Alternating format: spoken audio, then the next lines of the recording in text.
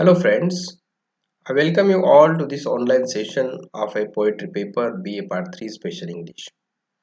In the last session, we have discussed stanza number 12 and stanza number 13 of the poem The Lady of Shalott written by Alfred Lord Tennyson.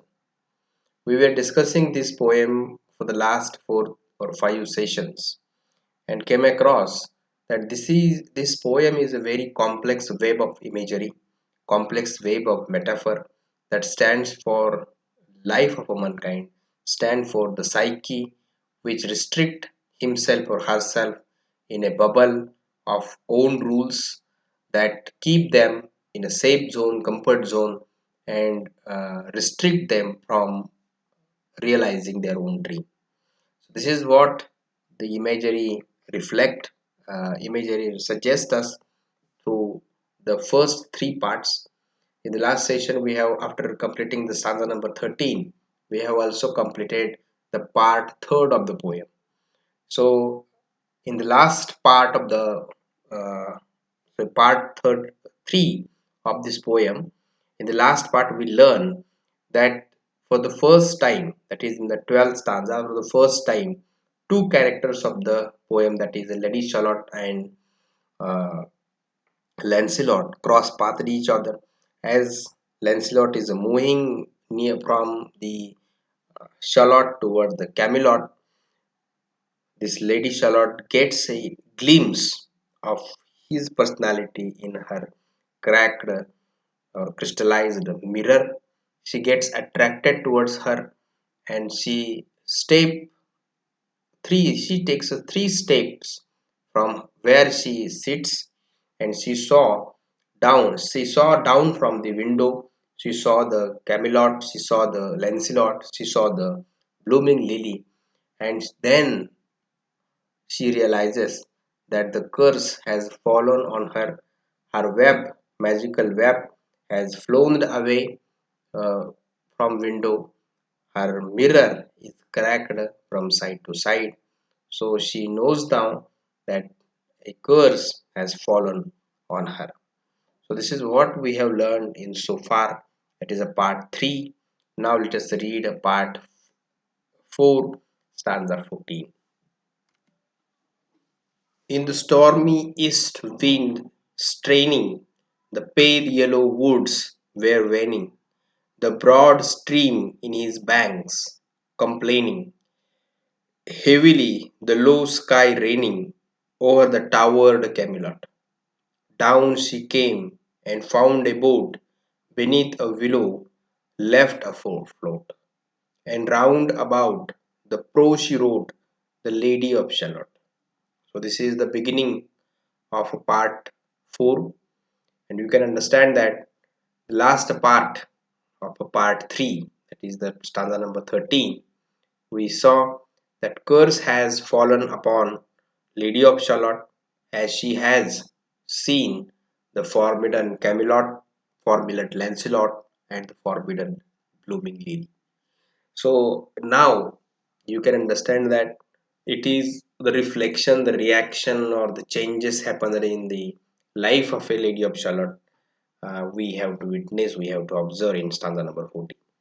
So this is also the stormy kind of atmosphere type, stormy kind of situation is depicted, and this is again the same thing happened with in our own life. When we step outside the comfort zone, we also face the storm. At least we also think that we were facing the storm. So this is what, in the stormy east wind straining, the pale yellow woods were waning, the broad stream in his banks complaining, heavily the low sky raining, over towered Camelot. Down she came and found a boat beneath a willow left afloat, and round about the prow she wrote the Lady of Shalott. So this is what she is doing. So let's read the summary. We are now entering the last part of this poem. Of course, this is the last, fourth and last part of the poem. Stanza 14 begins with stormy weather, as I told you. portraying to the reader the circumstances of the situation. There is now a stormy wind. The yellow leaves of the forest seems to be disappearing. The river is complaining and heavy rain begins to fall. The Lady of Shalott finally leaves her abode to find a boat floating under the willow tree. She gets into the boat and craves the Lady of Shalott on the front of the boat. So, this is what a daring kind of action she has taken for the first time in her life, that she has left her abode, moved, step outside from her comfort zone, step outside the tower which is confined to a grey walls, and she has craved her name as the Lady of Shalott on the front part of the boat, and this boat is floated. So the storm, as I told you, this poetry is in fact a complex wave of images.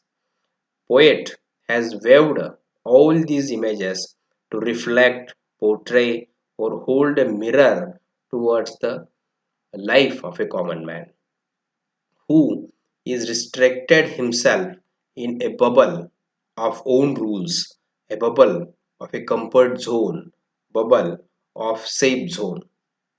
So this is what is happening when we step outside the comfort zone. We also face the storm.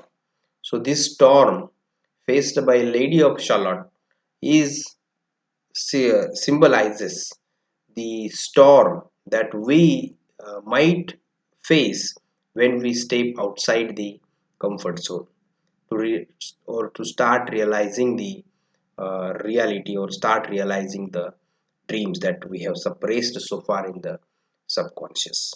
So this is what the stanza number 14. Let's read the analysis of the stanza. The stormy weather represent the chaos we create for ourselves and our environment when we let the curse, our doubts, become a reality when it really doesn't have to. So this is what you can see is happening with us also.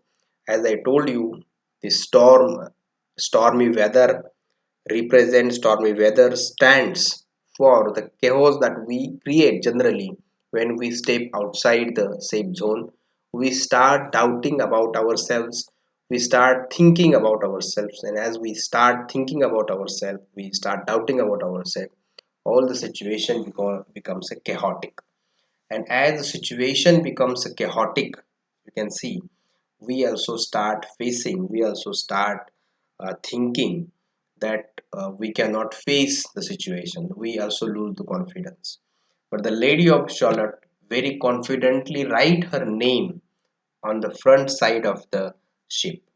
So in the story, the lady loses hope in retaining any normalcy in her life, and that pushes her to leave her comfort zone that she has never left before. So, as we step outside the comfort zone and learn that we will not return again into the comfort zone, this feeling push us ahead towards our dreams. Same thing is happening in the case of a Lady of Shalott, as she stepped outside her comfort zone and realizes for the first time that she will not came back to the comfort zone. She go further and she started finding the boat and floating in the river. So this is what you can see, all these things happen. Sometimes you need that fear of doubt and failure to push you into taking the steps you need to be forced out of your comfort zone and to place where you can easily reach your Camelot in search of your Lancelot. So this is a very beautiful line. You can see very beautiful analysis you can understand here. Sometimes you need that fear of doubt and failure uh, to push you into taking the steps you need to be forced out of your comfort zone. So we all also need to be forced out of our comfort zone and into place where we can easily reach to our Camelot and find out our Lancelot. So this is what, as I telling you again and again, that this poem is in fact a web of a complex imagery. We were moving from the dense forest of images. So this is what is the first stanza of part 4, that is stanza number 14.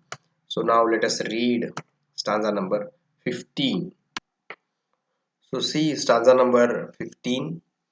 And down the river's dim expanse, like some bold seer in a trance, seeing all his own mischance, with a glassy countenance did she look to Camelot. And at the closing of the day she loosed the chain, the down she lay, the broad stream bore her far away, the Lady of Shalott. So this is stanza number 15 of a part 4. This is the second stanza in this part, and from the first stanza of this uh, fourth part, or you can say stanza number 14, you can see the reflection or the consequences happened due to the Lady Charlotte's uh, as Lady Charlotte steps outside her comfort zone. What happened in her life is depicted in these stanzas. We will read stanza number 14 and then we will read stanza number 15 and then we will read the summary of stanza number 15, because we have to link these two stanzas, because this is in fact uh, depicted that what happened when Lady of Shalott stepped outside her comfort zone, stepped outside her tower. So see, in the stormy east wind straining, the pale yellow woods were waning, the broad stream in his bank complaining, heavily the low sky raining, over a towered Camelot. Down she came and found a boat beneath a willow left afloat, and around about a prow she rode, the Lady of Shalott. And down the river's dim expanse, like some bold seer in a trance, seeing all his own misfortune or mischance, with a glassy countenance, did she look to Camelot. And at the closing of the day, she loosed the chain and down she lay, the broad stream before her bore her far away, the Lady of Shalott. So this is the stanza number 15. You can understand that uh, this is again when we also step outside the comfort zone, or we take the decision which drag us from our comfort zone, from the safe zone, and we are supposed to face the unknown dangers in our path. We also feel the same thing as Lady of Shalott is feeling, Lady of Shalott is thinking. We also think in same terms.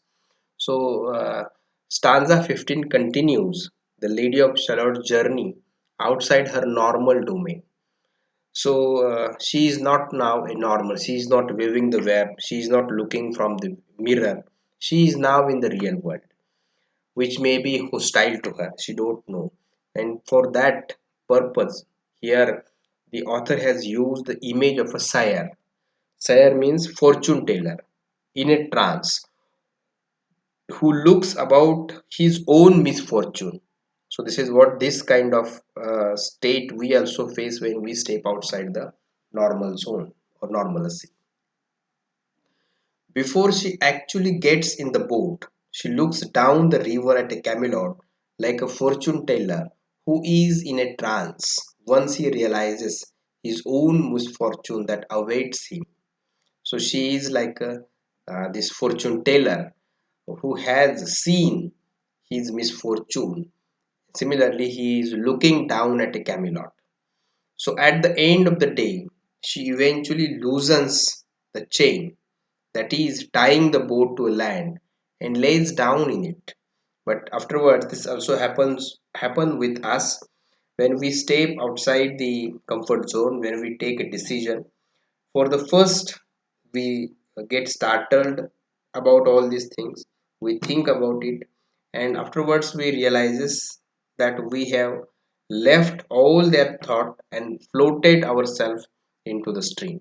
So same thing is happening in this stanza with the Lady of Shalott. So see the analysis of this stanza. In this stanza, the lady anticipated the curse to befall her and basically froze her attempts to gain anything out of the risk that she took when she glanced at a Camelot. So, as we also take a risk and we uh, fear about it, we uh, really become a frozen. We cannot gain what we have taken the risk for. So most of us can relate to this situation as we feel like imminent inevitable doom await awaits those who take a big chance to get there. Lancelot. So this is also, so when we take a decision, when we take a step outside the comfort zone, we become a responsible for our own deeds, for our own decisions, and that is overburdened us.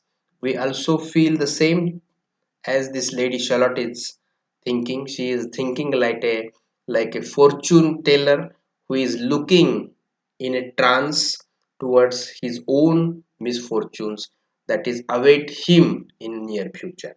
So she is also looking towards the Camelot like that fortune teller and thinking that this will doom her. This is a doubt in her mind. She don't know whether she reach, whether she realizes her dream or not. But all these things are doubts in her mind that she will be doomed and she has taken such kind of decision. What we learn is that sometimes we are bringing hardships upon ourselves. This generally happens with us. When we take the decision, when the responsibility of decision over burdens or botheration, make a botheration on us, we also create such a kind of hardship for ourselves. For no reason but our fear of a doubtful, unfamiliar future. So this is what unfamiliar future. We don't know the result of the decision that we have taken uh, of stepping outside the comfort zone froze us. We think about it. There are certain moments, there are certain hours, or many times there are certain days we remain frozen. We think only about why I have taken this step, why I have looked at a Camelot. So, this is what is a frozen state of every individual who has stepped outside the comfort zone. And the same thing is happening with the Lady of Shalott as she has taken a step outside the comfort zone. She becomes tensed, she becomes overburdened, and this make her frozen. So this is what is the state. So this is the 15th stanza of this part 4. Remaining two stanzas we will continue in the next session. We will stop here and continue the same in the next session. Thank you for listening.